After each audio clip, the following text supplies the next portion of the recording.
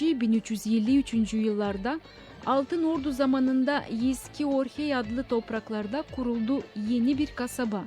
Hangisi lazım da olsun Altın Ordu'nun baş kasabası. Şehil el Cedid yeni kasaba. Bu kasabadan kaldı türlü tarih eserleri. Onların arasında büyük cami kalıntıları, kilise temeli, hamam hem daha başka yapıların parçaları. Moldova'da kaldı iki en büyük tarih yerleri anlatan Altın Ordu'nun zamanlarını. Birincisi Yeski Orhey. Nerede açılır geniş görüntülü Altın Ordu panoraması. İkinci yer Kosteş hem Maleş aralarında kalan küçük bir kasaba. Yaşam için geniş hem uygun bir yer olan Yeski Orhey, inanılmaz çekici hem göz alıcı dolaylarından sayılır Moldova'nın özel arhitektura yerlerinden biri. Böyle Altın Ordu'dan kalma kasaba kalıntılarını arkeologlar buldular Besarabya'nın başka yerlerinde de.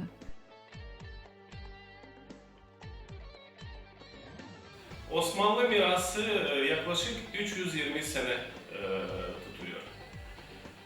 1484 yılından beri, Sultan Beyazıt II döneminden beri 1812 yıla kadar biz Osmanlı yönetimi bucakta bulunuyoruz. Yönetim başlıyor en başında iki kaleden, Kili Kalesi'nden ve Akerman Kalesi.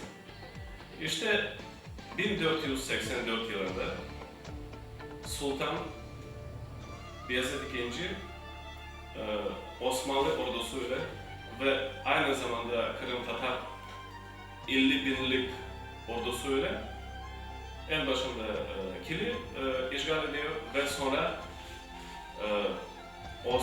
Osmanlı devletine Akerman Kalesi bağlıyor. 1496 yılından beri Osmanlı Devleti ve Moldova Voyvodalığı ile anlaşma göre zaten o zaman da Stefan Çalmari Voyvodası olarak geçiyor. O döneminden beri ilk yönetimci Akerman'da ve Kili'de yerleşiyor. Dobruca bölgesinde Gagauzlar Ortodoks Vizantiye Kilisesi'ne bağlıydılar. Daha İstanbul'un alınmasından sonra Ortodoks oldular. Vizantiye kiliselerin papazları Rumlardı. Da onlar savaşardılar bölgeyi Grekleştirmeye. Fatih Sultan Mehmet İstanbul'u aldıktan sonra milletliğine bakmayarak hepsi Ortodoksların başı olarak tanıdı Konstantinopol Ortodoks Patriarhiyasını. Patriarha verildi hem din etkisi hem önderlemek etkisi. Grekleştirmek kapladı Balkan halklarını. Bu sayıda Gagauzları da. Gagauzlar Grek alfabetini kullanardılar. Niçin onların kendi alfabeti yoktu. Gagauzların tarihinde Küçük Kaynarca Anlaşması'nın önemli yeri vardır. 1774. yılda imzalanan anlaşmaya göre Gagauzlar Osmanlı padişahlığında bütün Ortodoks Hristiyanlar gibi Ruslar protektoratına girdiler. 1829'da Osmanlı Devleti hem Rusya arasında imzalanan Yedirne Anlaşması'na göre Grecia kazandı bağımsızlığını. Eflak, Bogdan hem Sırbiya bölgelerine avtonomiye verildi. Ama Bulgarlar hem Gagauzlar için bu bir zoruna göçtür.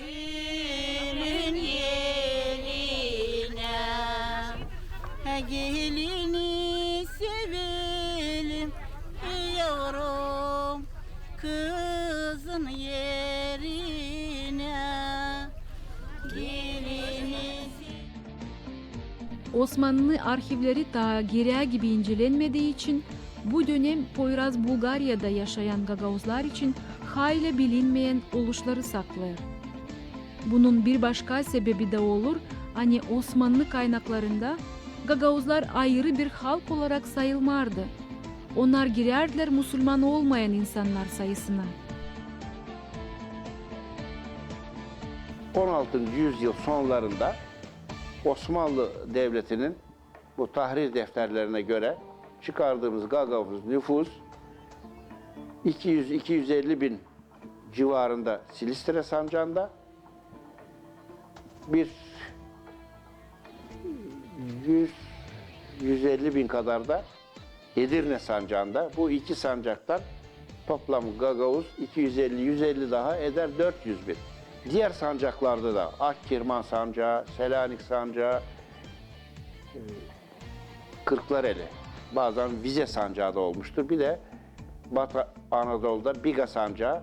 Bu sancaklardaki nüfusu da dahil edersek 500 bin civarında bir Gagavuz nüfusa rastlıyoruz.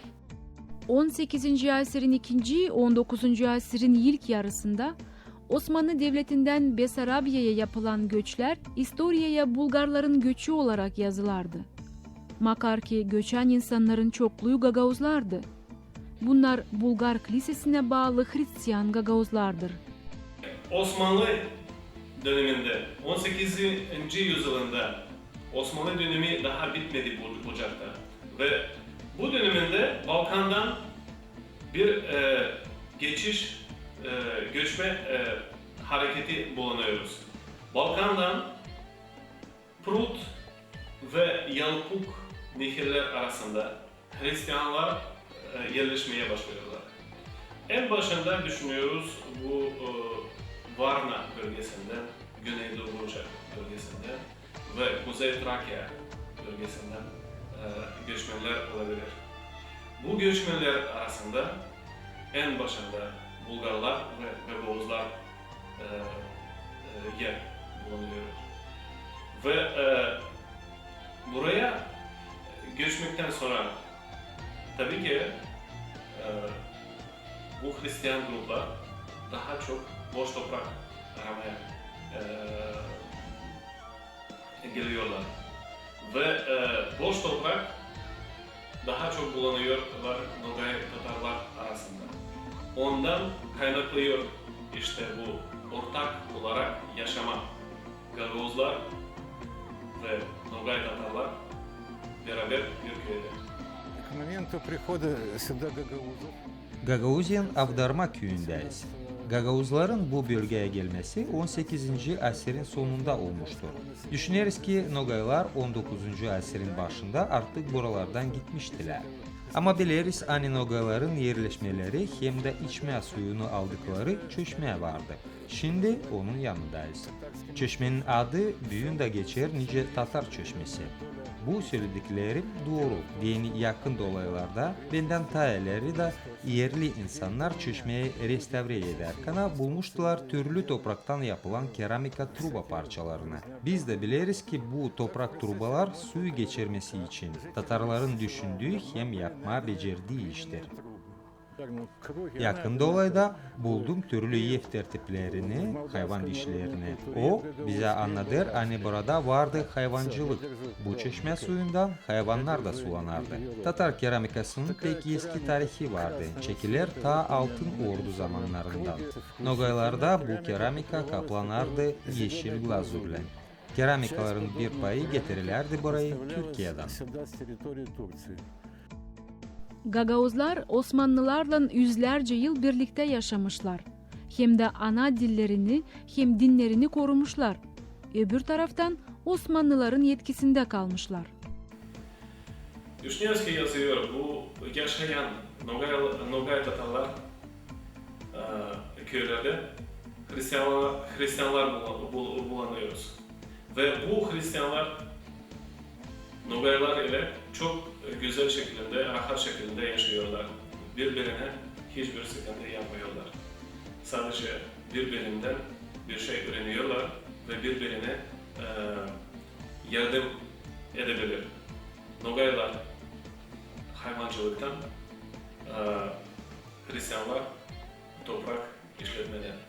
İleri eski kağıtlarda yazılı kim yaşardı bu Moldova'da derle devlet nerede severle bilgir.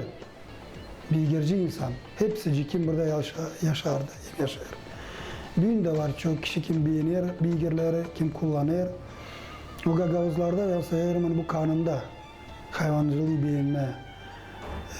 Bilgir bütün yaşaması adamın yanındaydı. Prost vakitte de iyi vakitte de açan yapardılar, yapıları düzerdiler, açan işlerdiler, kırları, toprağı işlerdiler. Cenk vakitinde hep bilgirdi. Bilgir bırakmadı insanı. Sayarmanı büyün de adam bu vakitte içtiğine ne lazım unutsun bilgirler. Bizde pek iyi tamızlık Orlov adına büyük zengin adam kim çıkardı bu atları onun adına da koyuyoruz. Onların ince adı çekedi. Ama bu yortum atlar. Onlar yortumla lam kaçsın. Dünyada sat var 3 yortum bilgiri. Amerika'da var, Fransa'da Orlov, Rus atları. Tabi bizde Orlov, Rus atları çekilir. Onların iyi ince sayılır. En ilk babaları kimden çeketti bunlar atlar? Doğması 1784. yıldan. Tabi bizim atlar hani burada var, damarlarından çekilirler ona. Onun adıydı Bars. Bars birinci. Arkeologların çalışmalarına göre Tatarların hem Nogayların izlerini bucakta açıklar, bu meralarda hayvancılık etmeleri, yev tertiplerini kullanmaları. Bundan ziyade belli olur, hani Gagauzlar onlardan öğrenmiş kimi adetleri de. Мы находимся на северо-востоке. Şimdiki bulunduğumuz yer Kazaya köyün Poyraz Doğu kenarı. Kazaya köyü geçen asrın 80. yıllarından beri bilinir meraklı arkeolojiya buluntularından. Burada kazılardan çıktı Hun, Sarman, Skif kalıntıları. Araştırıldı Avrupa'nın güneydoğusunda en büyük mezarlık Belazör kulturasından. Kazaya köyün dolaylarında var artefaktlar angıları bağlı Gagozların buralara ilk yerleşmesine. 200 metre uzaklıkta Kazaya köyün şimdiki mezarlığı bulunuyor. Düşünürüz ki Nogaylardan kalan mezarlık da şimdi bulunduğumuz yerdeydi. Burada toprak kariyer duvarında belli yaklaşık 5 mezarın izleri. Onları isle görebiliriz, bakınca sarı toprak fonunda kara gölgeler gibi duruyorlar. Bu örnekte görürüz neyse kendi gömme adetlerini yapardılar Nogaylar. Onlar mezarlığa bol bol taş doldurardılar. Sonuç olarak söyleyebiliriz hani kazaya ilk gelen insanlar görmüşler Nogayların gömme adetlerini de onlardan öğrenip sonra kullanmışlar kendi gömme proseslerinde. Копировали его и использовали его для своих погребальных действий. Osmanlı Devleti'nin son dönemlerinde Greklerin hem Bulgarların bağımsızlık güreşi dönüşer bir Urum-Bulgar kilise cengine. Çok milli hem politik amaçlı bu din cenginden sonra 1870. yılda Bulgarlar da bir kilise kurar da Urumların kültüre baskısından kurtulmaya savaşarlar. Balkan Yarımadası'nın türlü bölgelerinde pek zor çeken Gagauzlar, Osmanlı-Rus cengi sürdüğü 1768-1812 yıllar arasında karşılaştıkları baskılar hem yerli toprak sahibilerin beterine Poyraz Doğu Bulgaristan'a göç ederler. Ancak Grek kilisesini kabul eden Sırplardan, Greklerden, Arnavutlardan hem Gagauzlardan bir grup halk, Müslüman öndercilerinin hem Ortodoks Bulgar kilisesi öndercileri tarafından kararsızlık sebebinden Bucak bölgesine yerleşmeye zorlanır. Bu göçte Osmanlılara karşı kalkıntı yapan Vidin Paşası Pazvanoglu Osman'ın hem yanında topladığı Rumelya'da anılmış bir grup haydutun etkisi de bilinir. Baskılar sonucunda Bucak bölgesine gelen Gagauz halkına geniş toprak sahibileri olan Moldova boyarları kucak açarak iş hem toprak verirler, hem Moldova'da yerleşmeye yardımcı olurlar. Benim dönemimde Gagauzlar bugün de olduğu gibi Türk asıllı olduklarını, konuştukları lafın Türkçe olduğunu söylüyorlardı. Ama senelerdir Türkiye ile, Türklerle irtibatları olmamış. Köylerde mamularla, dadularla, büyük annelerle, büyük babalarla konuştuğumda çok rahat anladığımız Türkçeyi konuştuklarını gördüğümde şaşırıyordum. Ama nereden geldikleri de bir ikili şey var, tez var. Kimisi kuzeyden, Orta Asya'dan, Oğuz elinden kalkıp Gök Oğuzlar diye adıyla geldiklerini kabul ediyorlar. Çoğunluk bu şekilde. Bir kısmı da Konya'dan, Karamanbeyliğinden geldikleri de söyleniyor. Bizans zamanında İstanbul'a yerleştikleri. Daha sonra da Besarabya'ya geçtikleri söyleniyor. Biz güneyden geliyoruz ve Müslümanlıkla karşılaşıyoruz ve Müslüman oluyoruz. Onlar kuzeyden geliyorlar, Hristiyanlıkla karşılaşıyorlar ve Hristiyan oluyorlar. Osmanlı-Rus cenginden sonra Berlin Anlaşması'na göre Osmanlılar çıkmışlar Poyraz Dobruca'dan bugünkü adı Romanya olan hem bugünkü adı Bulgarya olan Ülen Dobruca'dan da karar alınmış kurulsun bağımsız Rumanya devleti hem Bulgar kняжествоsu. Gagauz tarihçisi hem baş papazı Mikhail Çakir'in unukası Bukureş Üniversitesi İstoria Profesoru Nikolay Çakir söyler hani 15. 18. asırlarda Gagauzlar Balkanlardan Besarabya'ya Rus topraklarına göçmemişler Osmanlıların baskısı sebebinden. Hani Osmanlılar kurtarmışlar Gagauzları Balkanlarda Urum hem Bulgar asimilasyasından. Aslı sebepse oymuş, hani Rusların varmış niyeti doldurma Besarabya'yı yabancı milletle. Rusya istemiş burada o topraklara yerleştirme. O halklar Angları pek işçi, çalışkan, işletçikler o topraklar. Bir taraftan da olacaklar bir koruntu sınırlar boyunda. Hani güzel bir politika. Hem de adamaklar da güzel, adamaklara da uymuşlar. Bu bölgede Rusların niyetinde varmış kurma Osmanlı'ya karşı bir bufer bölgesi. Ruslar bu yüzden Bucak bölgesindeki Müslüman Tatarlarını kaldırıp onların yerine Bulgarları hem Gagauzları yerleştirmişler. Pek büyük adamaklar olmuş Rusya tarafından. Hani size topraklar vereceğiz, istediği kadar toprak. Vergi vermeyeceğiniz, diyelim askeri alınacak. 1812 yıla kadar 3 dalga diyelim, dalga deriz ama 3 davet olmuş ve 3 dalga kabul etmiş Rusya kendi topraklarına. Neden Rusya lazım olmuş bizim halklar diyelim de Türk halkları, Türk boyları, Bulgarlar. Kimse değil şimdi hani saklı bir şey. Hani o vakit Bulgarlar hem Gagozlar bir dilde alay dermişler. Herkese değilmişler endili. Hani o yazıcılar, Bulgarlar yazıcılar da söylüyor. Anlaşarmışlar Slav diline geçmeden. O ne denir? Hani Türk kökenli Bulgarlar, Türkler diyelim Gagavuz Türkleri anlaşarmış aralarında da bir dilde. Ya da o Bulgarlar bilermişler. Piksle Türk dilini. Moldova'da kurulan ilk Gagauz yerleşmeleri 1770. yıla dayanır. Çadır hem Orak adında iki köyü kuran Gagauz halkı Bulgarya'dan göçmüş. Historiye göre bu köyde konmuşlar ilk Gagauzlar 18. asırın çekitmesinde. Bu köyde toplanmış 100 Gagauz.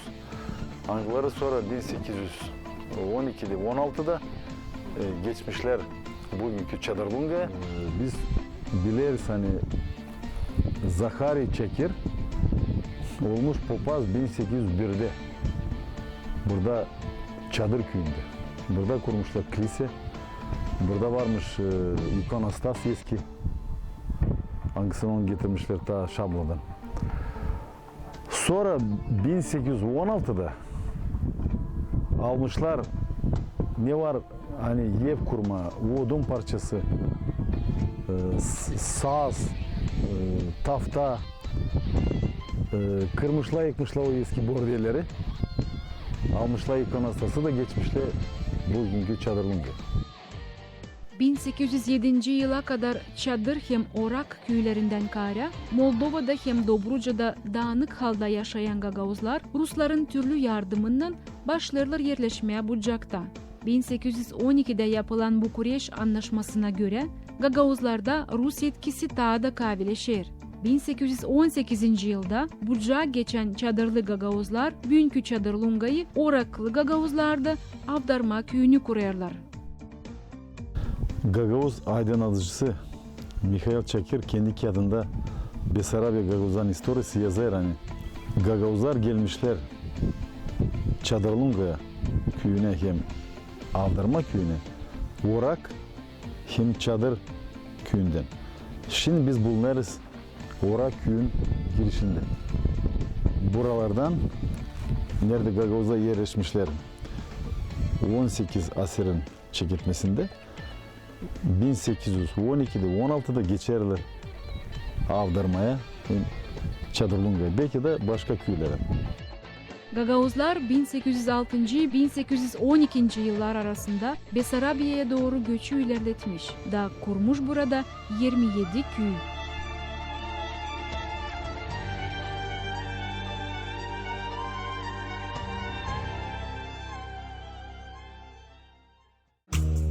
Бессарабия, Родина моя. Besarabya, bugünkü Moldova'nın İstorya'daki adı. 15. asırda Osmanlı İmperyası'na bağlı Bogdan vilayetinin adı, bu bölgeyi yönderleyen Eflaki Besarab ailesinden çekilir. Bucak girdi Moldova Voyevodalığına 1320-1484 yıllarda Stefan Çelmari zamanında. 1538 yıldan 1812 yıla kadar Bucak bulundu. Bucak Nogay Tatarların hem Osmanlıların elinde. 1812 yıldan Rusların, daha sonra da Rumınya hem Sovyet Birliği kuvveti altında oldu. 1991 yılda bağımsızlığını bildiren Moldova Respublikası'nın eski adı Besarabya.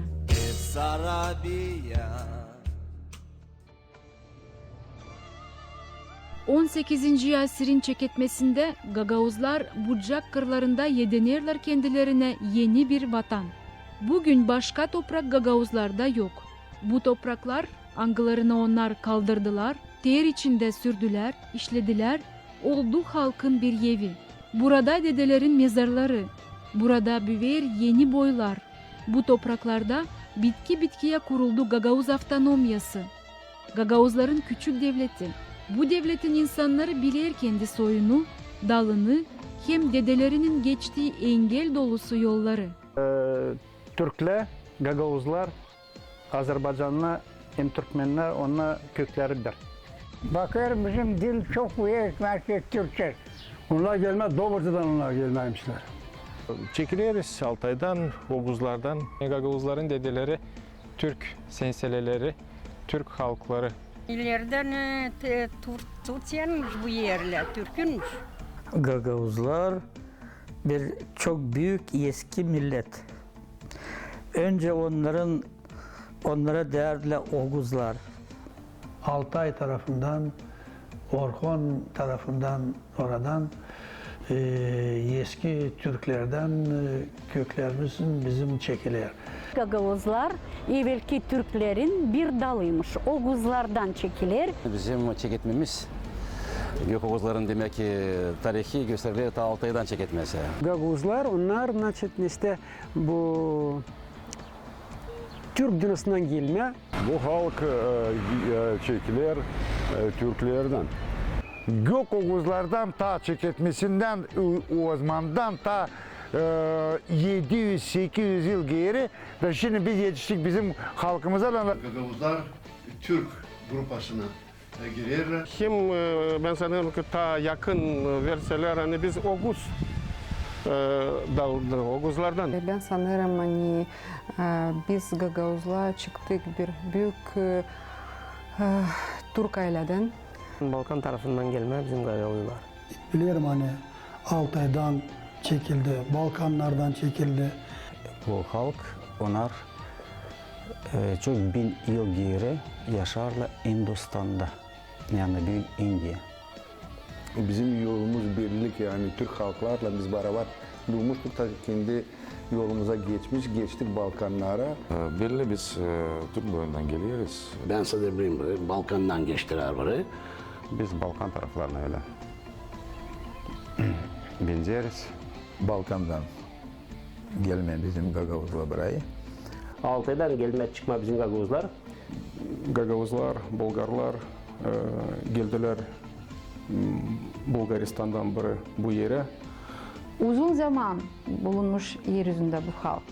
Ta Gök Oğuzlardan çekilirler. Hem yakın versiye Altay'dan geldik, Balkan'a kadar geldik. Bizim halkımız 1000 yıldan ziyade var tarihi.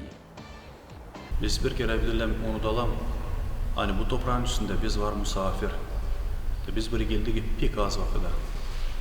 Biz buraya gelmedik yaşama. Biz buraya geldik hangi kazanmak yaşamayı. Yaşamak olacak bir dünyada. O için de kilise herkese bir sevgili bir ana ki bunu savaşı bize söyleme da göstermek kendi historiasına ne kadar zor o ana dayandı. Ama bir kere bile kırılmadı, bir kere var. Da bu biz bu kültürümüzü bir savaşı herkese deme, ilerletme da bizim Gagavuz halkımızda insana bunu herkese anlatma. Hani ne anada insan gitmese, ne üstü zorla bize vakit hazırlamasa biz biliriz hani bizim içimizde var inan, var sevgilik. Evvelki bakırlar küflendi. Gün orduyla onlar şan sonra yalabilmayarlar. Dedelerimiz bizim kaldı aklımızda. Eski mezarlarda da gömmerler başka ölüleri. Aniden mezarlarda taşlar yıkılmışlar. Kim gördü eski Caltay mezarlığını? Bu köyde adet öyle. Her bir adam kendine mezar taşını hazırlar, doğrudur, gölgeler onu. Onuştan o mezarlıkta görünmer kuruça. Ama sade taş. Ansızdan sansın işittim araba tekerleklerin gıcırdamasını. O Gagavuzlar gelirler Dobruca'dan. Zaman sansın durmuş onlara. Durmuş de o çiftçilere angaları sürmüşler kelimeyi. Eski Caltay mezarlığı. Bir mezar taşı yıkılmış gün batısına doğru Dastavroz'un oyuklarına toplanmış yağmur suyu. Yolcu, yolun düşerse buca sayma zahmetini. Gel eski Caltay mezarlığına da başvur ona, evvelki dedelere. Yüzlerce yılın acı göçleri, cenkleri, hastalıkları, ölümleri onları vatansız bırakmadı. Çıktılar ta Orhon'dan da bucağa kadar nice vatan sayma istedikleri topraklar için öldüler, sürüldüler. Gene de ne umutlarını kaybettiler ne de bir kimseye baş eğittiler. Evlatlarına yeşil, rahatlıklı bir vatan, şanlı bir geçmiş bıraktılar. Başında kalya var, Tuna başında kalya var. Kalya başında pınar var, kalya başında pınar var. Pınar başında kızlar var, pınar başında kızlar var. Kızlar var.